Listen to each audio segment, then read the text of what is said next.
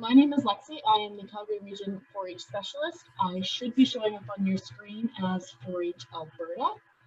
And tonight we have presenting Andrea Hansen, who is a parent, a former 4-H leader with the Balzac 4-H Beef Club, and she's a multi-judging committee member. But more importantly, with what she's presenting tonight, she's been involved with the beef industry for a number of years and knows a little bit about EPDs and how to apply them to the beef industry, as well as our multi-judging classes that you will be seeing tonight and the one class you will see at 4-H on Parade. So with that, thank you for joining us, and I will turn it over to Andrea. And, oh, sorry, Andrea, just quick for anybody who joined after I did a really quick intro on how to use Zoom. There is a question and answer period, or question and answer pop-up box that you can type in, and then there's also the webinar chat that I think I've turned on so that all panelists and attendees can see. And we will be doing some polls later on in the presentation, so we will figure that out as we do. So welcome, and the floor is yours, Andrea. Thank you, Lexi.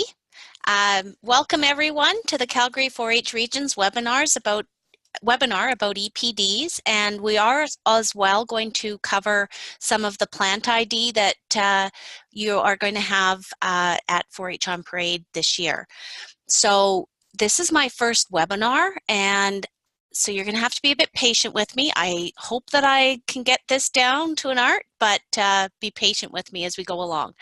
So what we're going to cover tonight is what EPDs mean, how EPDs are created, why you would want to learn more about EPDs, how to use EPDs effectively, and then, as in the spirit of 4-H, we're going to put you guys to work a little bit too and have a bit of a learn to do by doing process where, as Lexi said, there's going to be a poll through some of this seminar or this webinar. So this presentation is going to concentrate on beef EPDs, but the EPD concept, or expected progeny difference concept, can be transferred to any of the purebred livestock where data is collected and analyzed. So even though beef might not be your thing, you might just use the EPD concept somewhere down the road for another animal species that you might raise later on. So the next one is, so the expected progeny differences are based on the data collected from that animal, as well as his or her dams and sires' historical data, as well as his or hers progeny data. And EPD values don't necessarily change very much, but their accuracy will. So a 2-year-old bull will typically have a lower accuracy percentage, somewhere in the 30% range, but as he gets more information into the database, his accuracy should increase over time. So the ingredients of an EPD involves all of the data from the animal's ancestors that's been collected over time, as well as the animal's individual performance data, and more importantly, his or her progeny data. And finally, now that we can do DNA tests, the genomic predictions of that animal. So the progeny performance data carries the most influence on an EPD's accuracy. So those older proven sires can have several thousand progeny records, which improves the accuracy of that sire's EPDs immensely. And then through DNA testing, we can determine the specific genetic markers that an animal does or does not carry, and that helps us to make genomic predictions. And we can see what the genes of that animal could potentially pass on to their offspring are before they even produce a calf. So EPDs inform you as to how that progeny, or the sons and daughters from that animal, should perform relative to the rest of the population for that breed. EPDs are a prediction of the breeding value of an animal, They predict, as I said, the future progeny's performance relative to other animals of the same breed, and they are calculated to remove environmental differences. So, in order to use EPDs effectively, you need to consider the goals of your herd. What do you want to improve, or what do you want to maintain? And it's important that you look at what you want to maintain even before you look at what you want to improve. What EPDs will provide you with is that information to take your herd in that direction you are looking to move towards. And what EPDs will be is your guideline for genetic improvement. In the case of a purebred herd, then you might also be considering who your customers are and what their goals might be too. What you're really wanting to achieve is, how does your goals achieve higher profitability in your pockets? Are you a commercial cattleman who wants to retain ownership right to slaughter, or do you sell your calves in the fall? Your goals, how you set that up will determine what types of EPDs are important to you to look at. If we were to try and look at all the EPDs and select the bull that would fit all of the EPDs provided, it would drive you crazy. So you have to look at what is important to you and work on those EPDs. So EPDs are an effective evaluation tool, and they can help you to move towards that defined selection goal more accurately, effectively, and quickly than visual assessment alone. But I do want to premise all of this with visual appraisal is still paramount. The animals you are evaluating have to be structurally correct before you begin to consider EPDs. Once you've determined that the animals meet your confirmation criteria, then the EPDs can help you to further evaluate those animals. So all of the work that you do with visual evaluation of animals, as we do in 4-H, is extremely important. This is another tool to put in the toolbox for better understanding what animals you are selecting. So there's a couple different ways that you can look at this. The genetics in the environment equals the phenotype, and phenotype means they're the animal's observable characteristics. That's what you're looking at when you are evaluating a class of steers at 4-H on parade, actually the 4 steers in the ring. Environment includes the physical surroundings, the terrain, the climate, all those things, and the feed that's provided, the treatment of the animals. Do those animals have to get out and forage for themselves, or is feed brought to them? The animal at the right there, or pardon me, the animal at the left has all the feed at its beck and call, whereas the other animals on your right, they're out there foraging and digging through the snow. They might look different even though they have the same genetics. So there's differences in what they might look at based on their environment. Another way of looking at it is genetics is equal to what they look like minus the environment, and that's what we're working with on EPDs. Is EPDs are the genetics, and then what they look like minus the environment.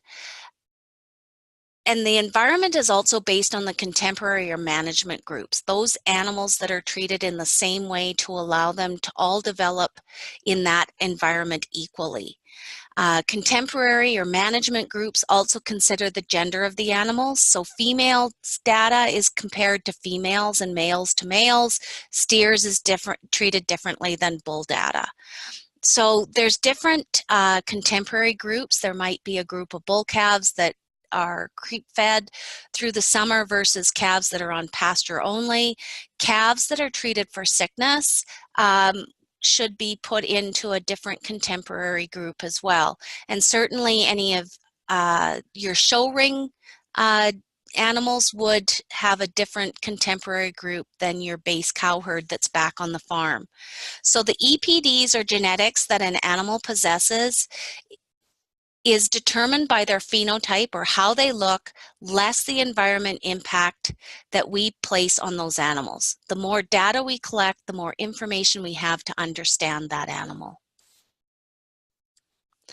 So here's an example. If we take a herd from one pasture who have all had access to the same feed, and at weaning the calves are weighed and all adjusted to a 205 day of age weaning weight. This and the data that's shown was collected. Calf 117, 135, and 145 had weaning weights above the group average. The difference in their weaning weight to the group average can be attributed to their genetics. Conversely, calves 101 and 119 had weights below the group average, which could also be attributed to their genetics. It would be important that if calf 101 had been sick while on the cow and off feed, that calf would be noted, because that would have a difference to their data when gathering that information for EPD calculations. And through research on EPDs, it's been found that if this same group was fed differently, so that their average weights were, say, 750 pounds, the calves would still perform the same as what we are seeing here. Calves 117, 135, and 145 have enhanced growth genes for weaning weight. Therefore, their EPDs would reflect a higher weaning weight than calves 101 and 119. So the more progeny data that's gathered on an animal produces more accurate EPD information on that animal. So accuracy increases when a bull is used in multiple herds, because his genetics get spread around to lots of different herds where their environments are all different. And when that happens, it helps to pinpoint the genetics that bull is contributing to the herds that use him compared to the other herd sires in the same breed. As more is learned about an animal, its accuracies increase, which is important information when evaluating EPDs. Even though low accuracy animals are considered unreliable relative to high accuracy EPDs, they are still the better objective measure of an animal's genetic potential than not using them at all. So accuracy is important. It's expressed as a decimal place, or 0.80 would be 80%. The higher the number, the more accurate it is. So in the 0.3 there, 0.75 shows a higher accuracy than 0.47, and the highest accuracy that we can have is 1.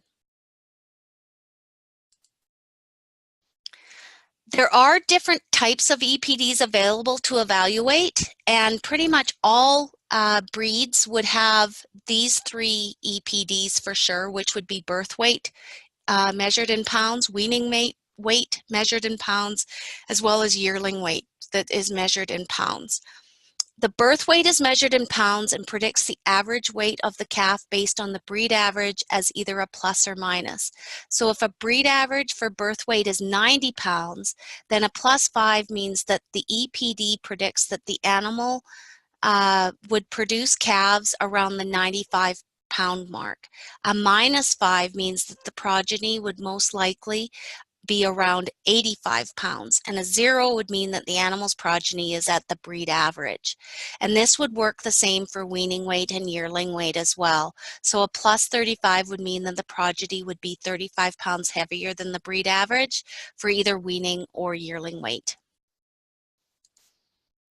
So then we get into some of the other types of EPDs that could possibly be provided by the breed associations, and some breed associations, depending on the type of breed they are and what their purposes are, will have different types of EPDs based on what they're looking for.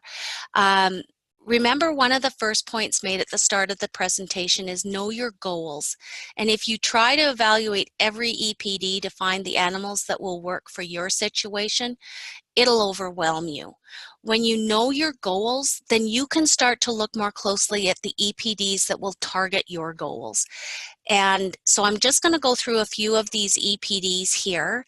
The milk EPD, in the beef industry, we don't record the actual weight of the milk a female produces. In the dairy industry, they would, but we don't do that.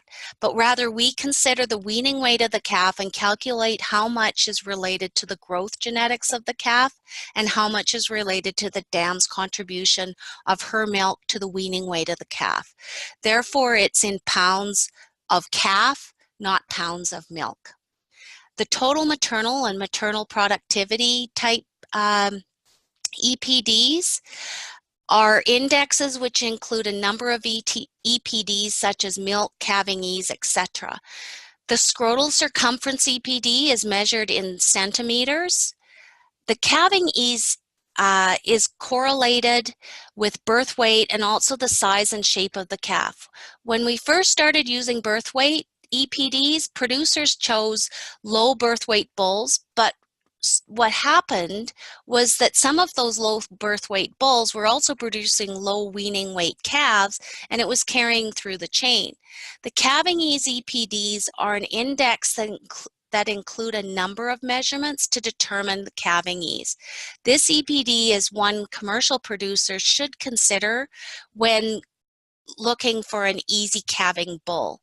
The calving ease EPD is indicated in probability or percentage, so the higher the number, the higher the probability that that calf will be unassisted. So it's really almost exactly the opposite of what the birth weight EPD would be considered. Direct calving ease is the portion of the sire's calves that will come out of a first-time heifer without assistance. And a calving ease maternal describes to you how a sire's daughters will do when they give birth their first time. This includes things like the daughter's shape and size, her pelvic shape, and her stamina during birth. The stayability EPD predicts the probability, so it's measured as a percentage, that a bull's daughters will remain in a herd for 6 years or more. And it is an indication of the longevity of that bull's daughters to stay in production. There's also the heifer pregnancy EPD, possibly in a breed association. That one predicts the likelihood that the first time the heifer is exposed to a bull, she will catch. There's the residual feed intake EPD, and it's adjusted for ultrasound back fat thickness, and it identifies those animals with lower maintenance requirements. And then we get over to the right-hand side, and those are some of our more they're along the lines more on the carcass and the feeding ability of the animals. Marbling is the grade, so it is indicated as a score. The carcass weight is in pounds, and remember that it's weight in pounds plus or minus the baseline for that breed. The yield grade is the lower the number, the better it is, and it is a score as well. And there's more that are available as well. The carcass-based EPDs, which are to the right of the screen, are all derived from either ultrasound scan information, genomic information, or actual carcass information from the sire's offspring that have been harvested. So now it's time for you guys to try this out and see if you can read and evaluate some of the EPDs that you might come across. So Lexi is going to help me, and we're going to get you participating now. Let's see how you would place this class of weaning weight EPDs. In this scenario, you are looking for a bull who will provide you with more growth in the calves at weaning. How would you place this class? So on your screen, you should be able to see there's been a pop-up, and Lexi, it's saying on my screen that it says hosts and panelists cannot vote. What does that mean? You and I can't vote, but everybody else. Oh, perfect. Okay, good. So I'll give you guys just a few minutes to click on whichever one you think would be best. Let's see if I can move this over so that you guys have a better, hopefully that means you can see this, those weaning weight EPDs better. Is anybody able to do it? Lexi, are you getting responses? Yeah, it tells me that we have almost 50% of the folks voting now. Fantastic, great. Technology is fantastic. It is. All right, so there's a few of you who haven't voted yet. We'll give you just a few more seconds. Oh, I can see your question. Apparently it's gone away. I'm wondering if it has just popped up and gone down into your bottom, the bar across the bottom of your screen, because it's still visible on our screen. What do I need to do? Sorry.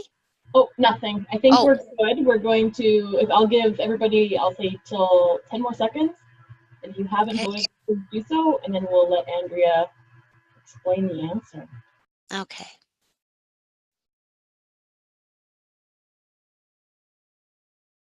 So will you be able to show us, Lexi, as well, what the responses were?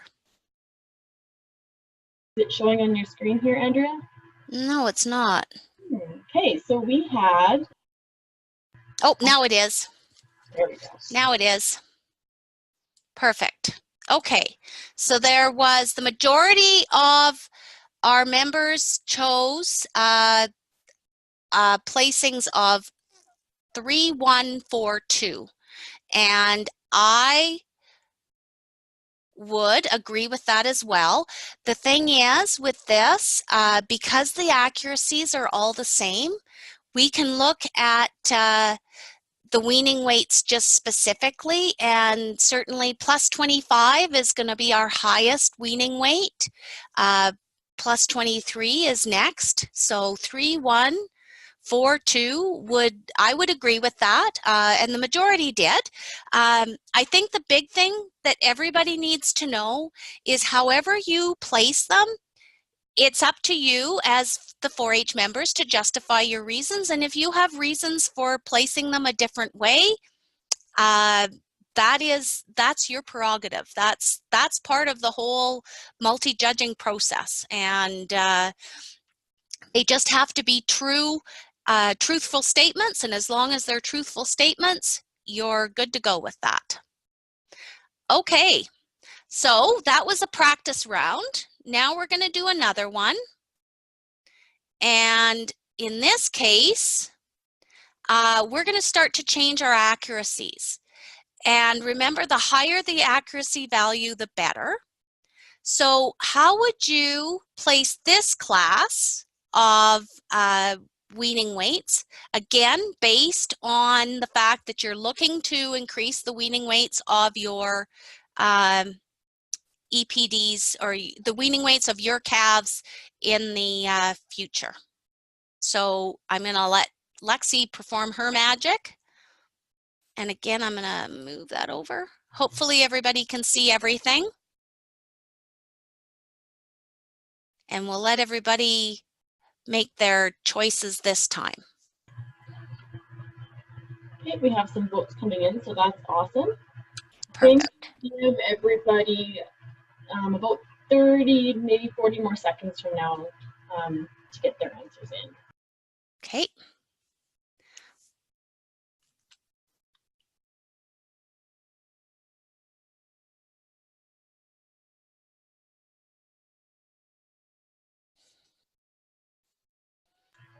This one. I'll share results in a second, but it's interesting. Okay.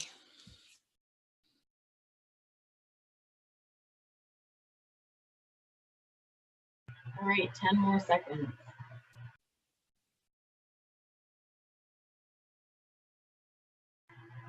All right, we'll end and then share the results. Okay. All right. So we had more varieties this time.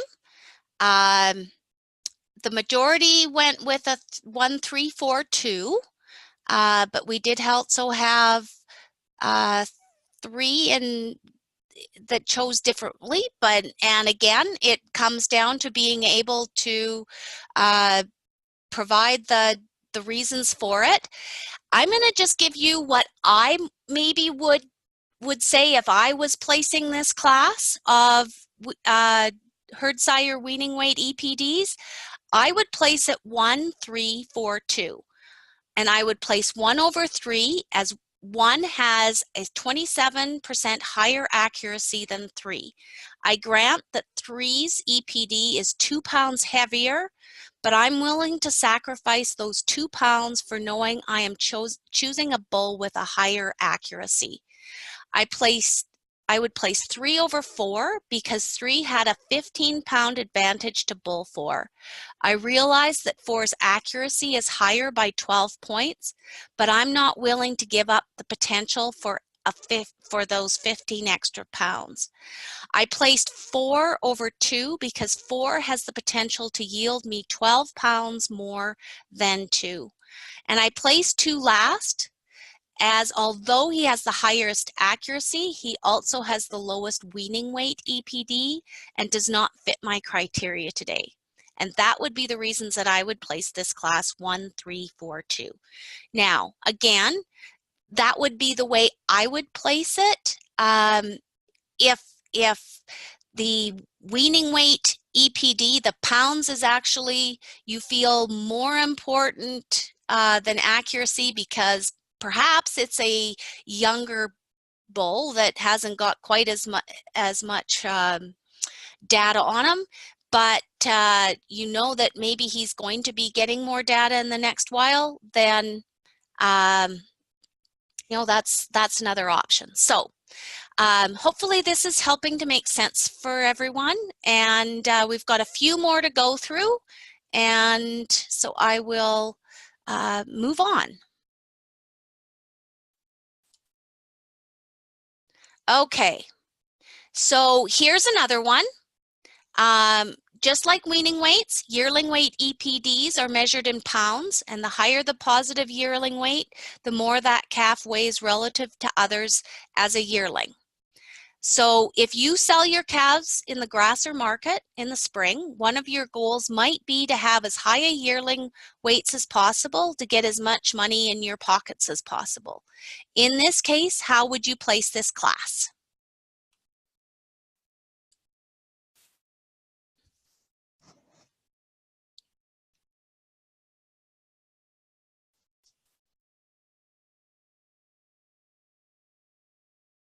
Are there some coming in? Yep, we have a few Perfect. results coming in. Yep. Okay. We're creeping up on half. Excellent. We'll see how that does. I'll give you at most 30 seconds or till when everybody's done voting. Okay.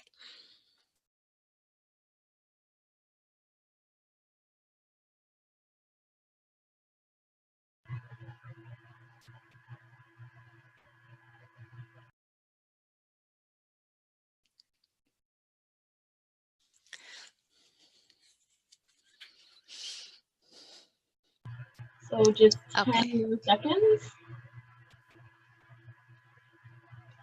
Should have preloaded some Jeopardy music. All right, folks, I'm going to close. All right. So the majority said 3, 4, 2, 1, and I would agree with that one just based on the fact 3 definitely comes to the top, having the highest yearling weight as well as the highest accuracy, and 4 being the next highest yearling weight and accuracy as well.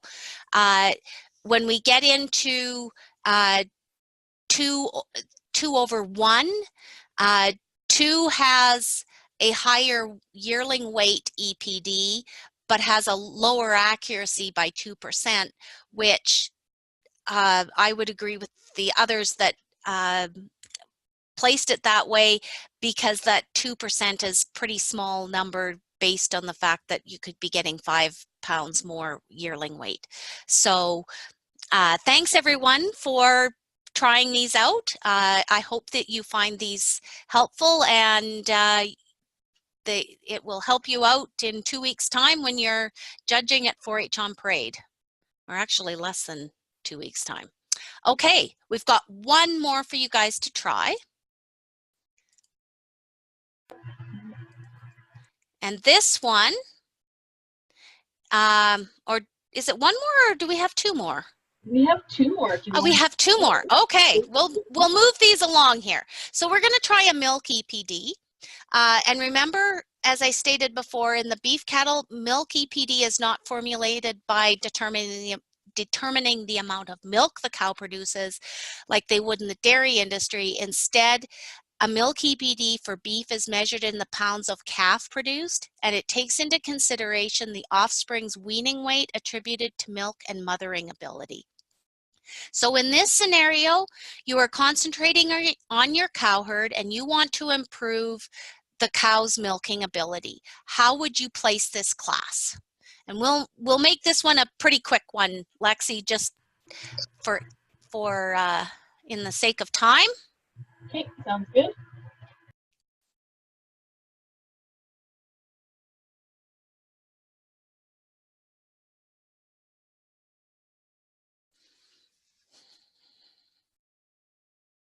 Responses are coming in pretty quick, so okay.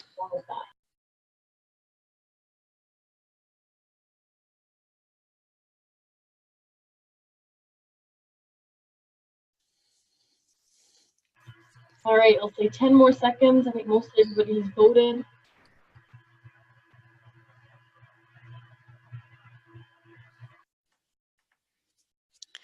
Okay. All right. So this one is a little more challenging. I think, again, we have an easy top with number 3, which everybody would agree that 3 was the top.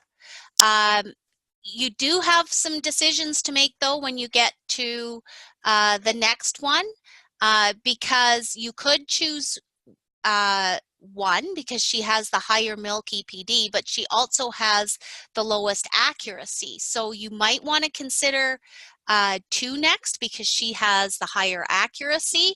And so again, it becomes a case of you determining and then being able to back up your placings with your reasons for choosing how you did. So I really want to emphasize that there never really is in multi-judging a right and wrong answer. There can be some pretty black and white, but if you have reasons for a specific choice, then as long as you can back those reasons up, then you're good to go. Back those placings up with the reasons. Okay, so we do have one final one, and that is we're going to try a carcass weight EPD, and this EPD is also measured in pounds, and we're looking for higher carcass weights. But here's your scenario. In this scenario, you've had a couple rough years where you've had to pull too many calves. So one of your goals is to improve the number of live calves born on your farm without having to assist so many cows. How would you use this EPD?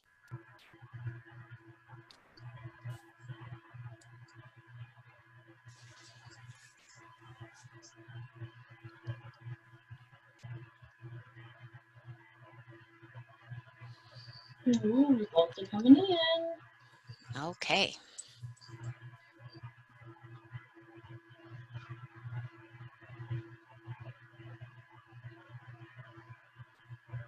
We'll just do maybe 10 more seconds. Most everybody has voted. Okay. All right, closing right away. Okay. And I would agree. In this case, it really is a trick question. When we're talking about calving ease, and then we start looking at carcass weight EPDs, I think we're really trying to compare apples and oranges. So in this case, I don't think this would be an EPD that I would use to try and determine what the calving ease is going to be on my operation. So we're going to close that one out as well. And thanks everyone for your participation in these. I hope you found these useful. So really that one was a trick question, and what you need to do is pick what's important to you. So based on that, moving forward, the class you're going to be judging at 4-H on Parade for 2019 is going to be a class of breeding bulls.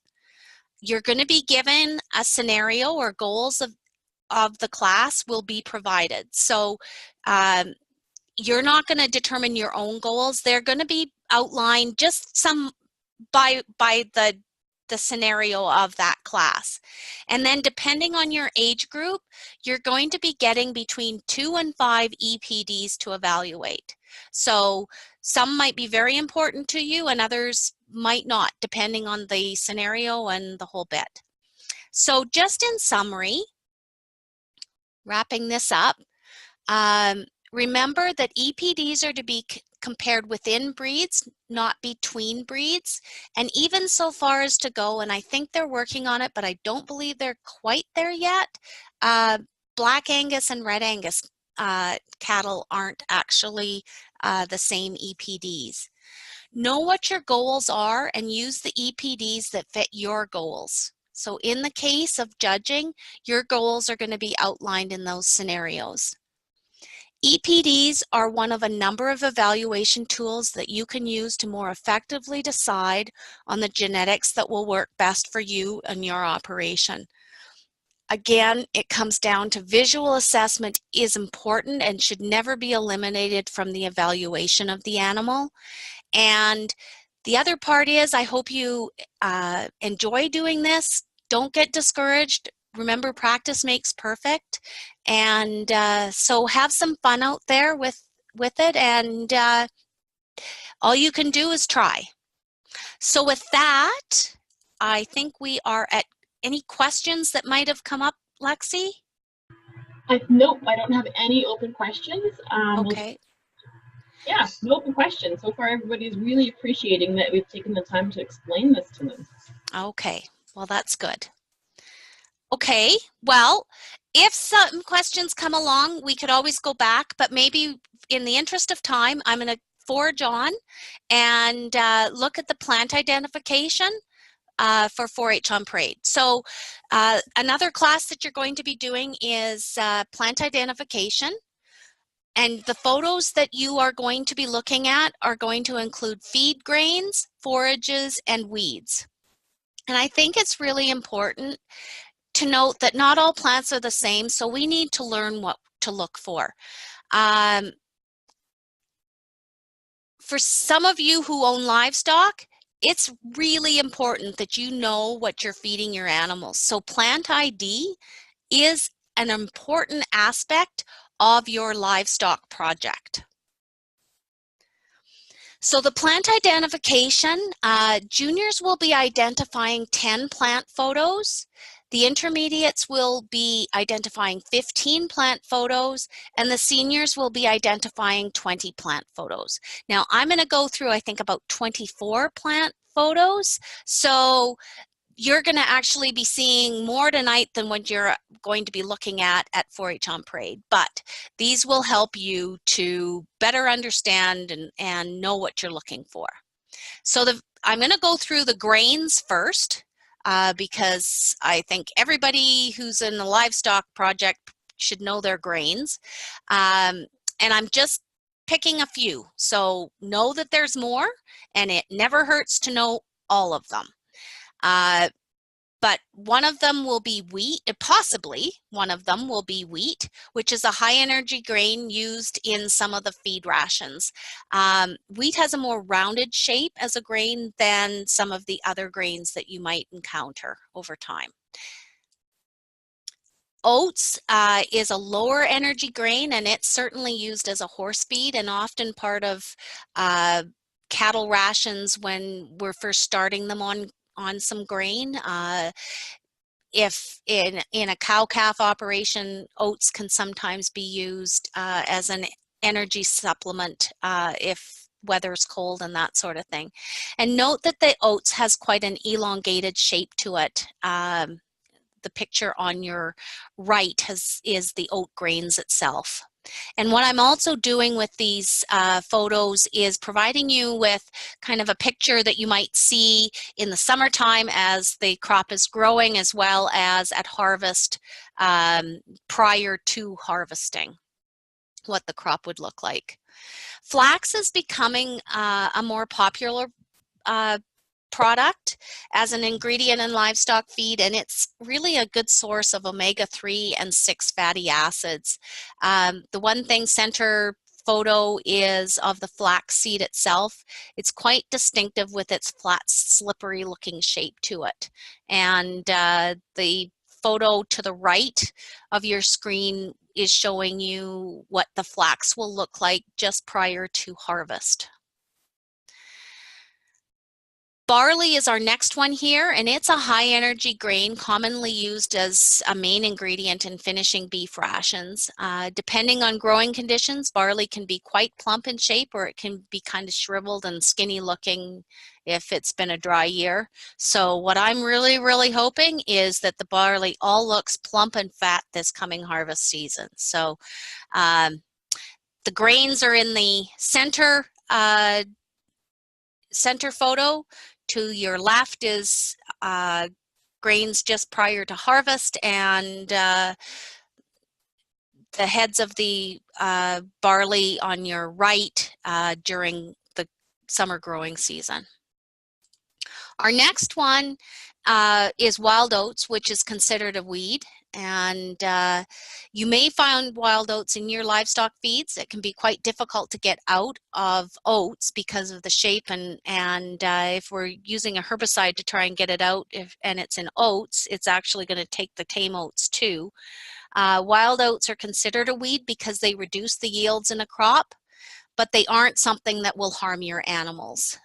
So wild oats are a nuisance, but certainly not something that they're a weed, but they aren't going to be impacting your cattle at all, or your livestock at all.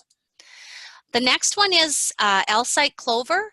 The flowers are almost white flowers at the top of the floret and become darker towards the bottom. It's a short-lived legume that is high in protein. Alsite clover as a feed source is toxic to horses, and it can trigger a severe skin reaction to sunlight. So it's something that our horse 4-H members should be aware and know what Alsite clover looks like. Another one is red clover. The stems and leaves of most varieties are hairy, and there's usually a watermark or a V marking near the center of each leaflet. The flowers of the red clover are darker pink or red color, and they're a moisture-loving legume and can be a high-yielding legume, and not to be confused with the Alsite clover. Our next one is alfalfa, and it's often considered the queen of forages, and it's a high-yielding legume often found in hay mixtures. Our biggest issue with alfalfa can be the bloat issues with ruminant animals.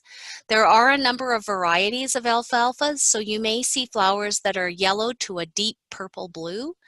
The leaves normally have 3 leaflets, with the center leaflet having a short stalk. Another one that's out there as a legume is sainfoin. Legumes fix nitrogen, and so they are a great opportunity to increase the nitrogen levels in your soil. Sainfoin has some brilliant pink flowers, and what's kind of cool about sainfoin, it's a non-bloating legume due to the high tannin content in the plant. So for our ruminant animals, it can actually help to mitigate bloat. Sandfoin has erect or near erect stems that grow to about 1 meter in height, growing from the crown. The leaves are compound with 11 to 29 leaflets, and the other cool part about the sandfoin is the leaves don't dry and drop off the plant as easily as alfalfa leaves can, so it retains its food value further into the season. Now getting into the grasses, we have smooth brome grass.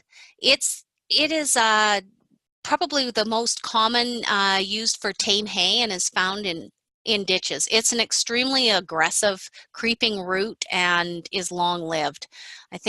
I don't think there's a ditch in Alberta that doesn't have smooth brome grass in it.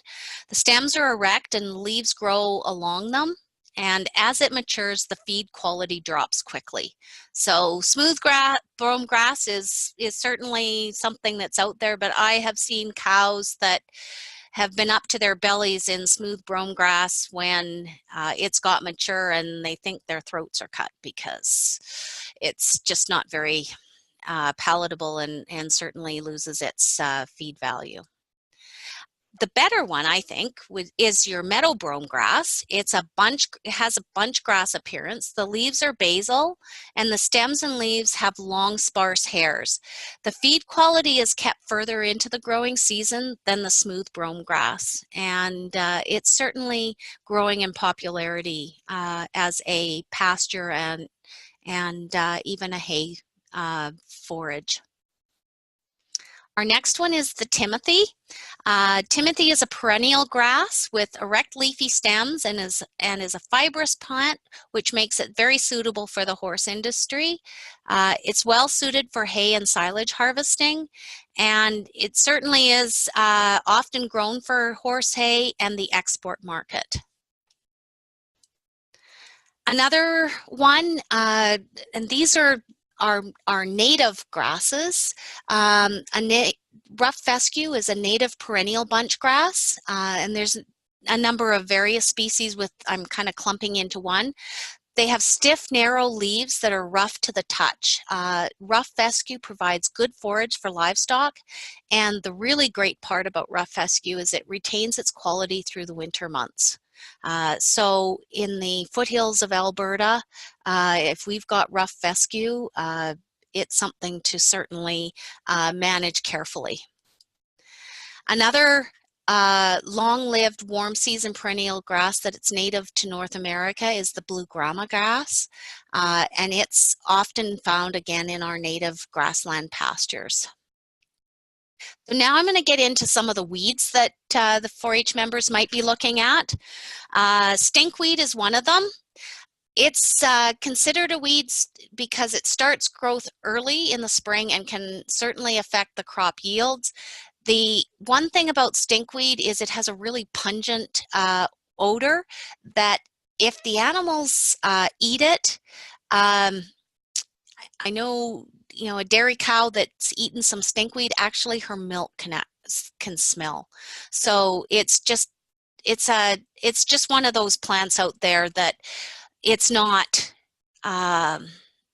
toxic or anything, but it's just a pain. Another one that's a pain is the Canada thistle.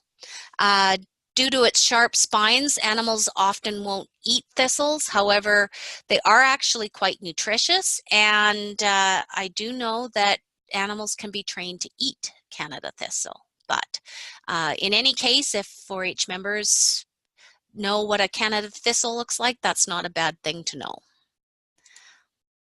Our next one is scentless chamomile, and this one we're starting to get into some noxious weeds. And a noxious weed is something that we have to, as landowners, do something about.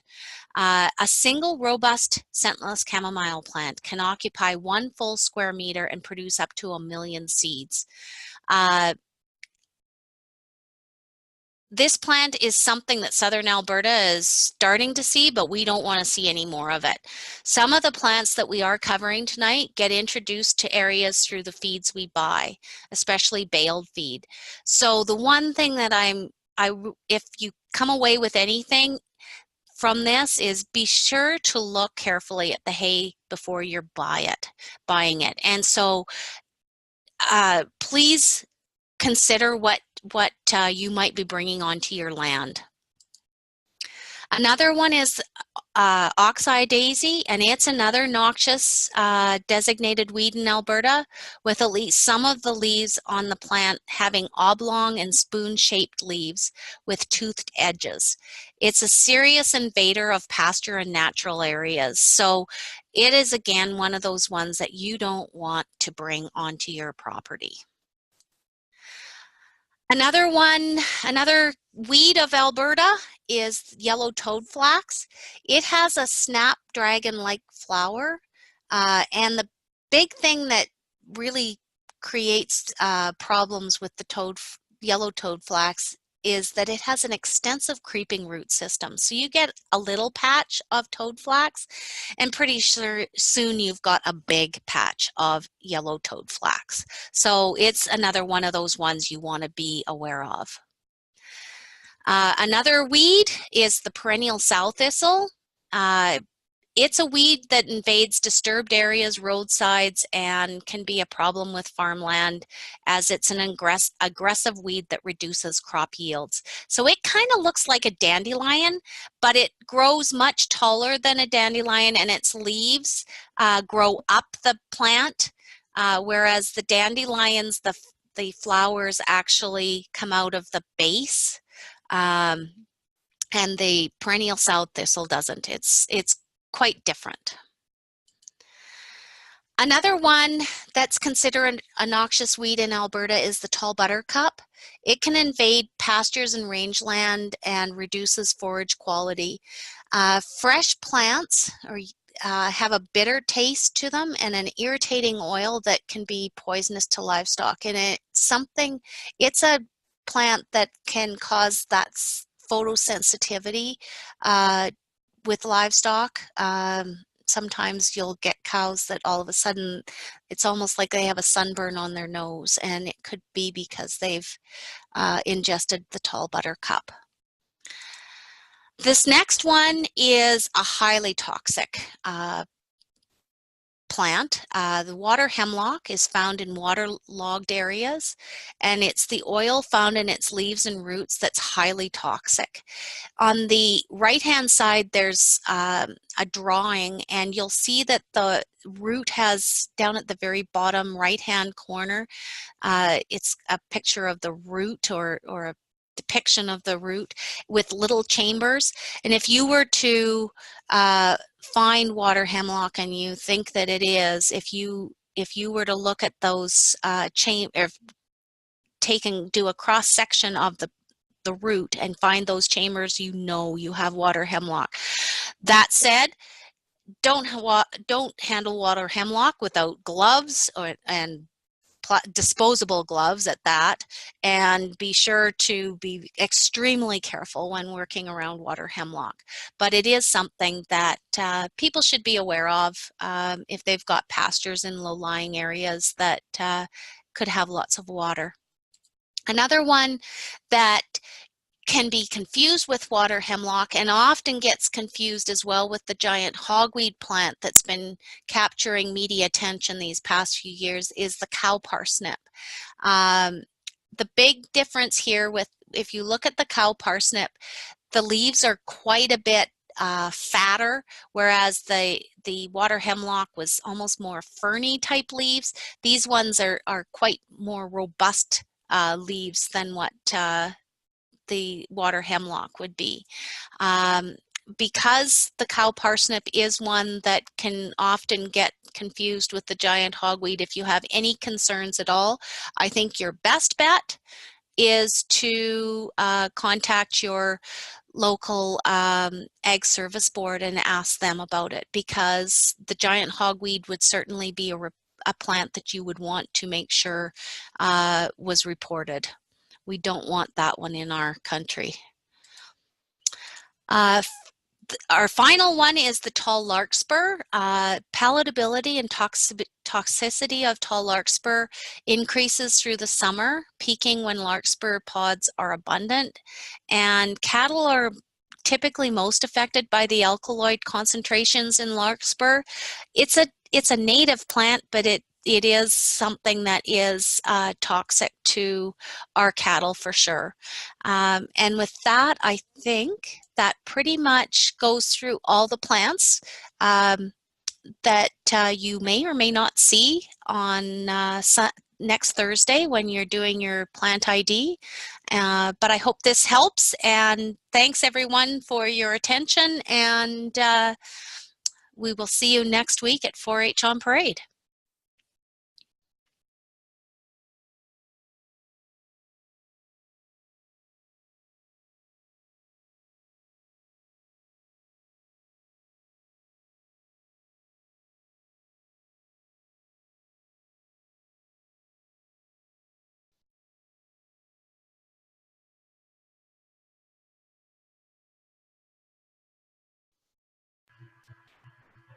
Did you guys hear me ask the question, or was that gone now? I'm hearing you now. Oh, sorry about that. There's just dead air there. We did have a couple questions actually about just what will be available to the members. Will they get a list of all of the plants, or will they be expected to know them? The members will get a list of the plants, the names. So we won't have them drawing lines to it. So there will be a number, and then there will be a list with A, B, C, D, and the various plants, and they will match the number with the letter, if that makes sense. So they won't have to come up with these names. The names will be provided. In some,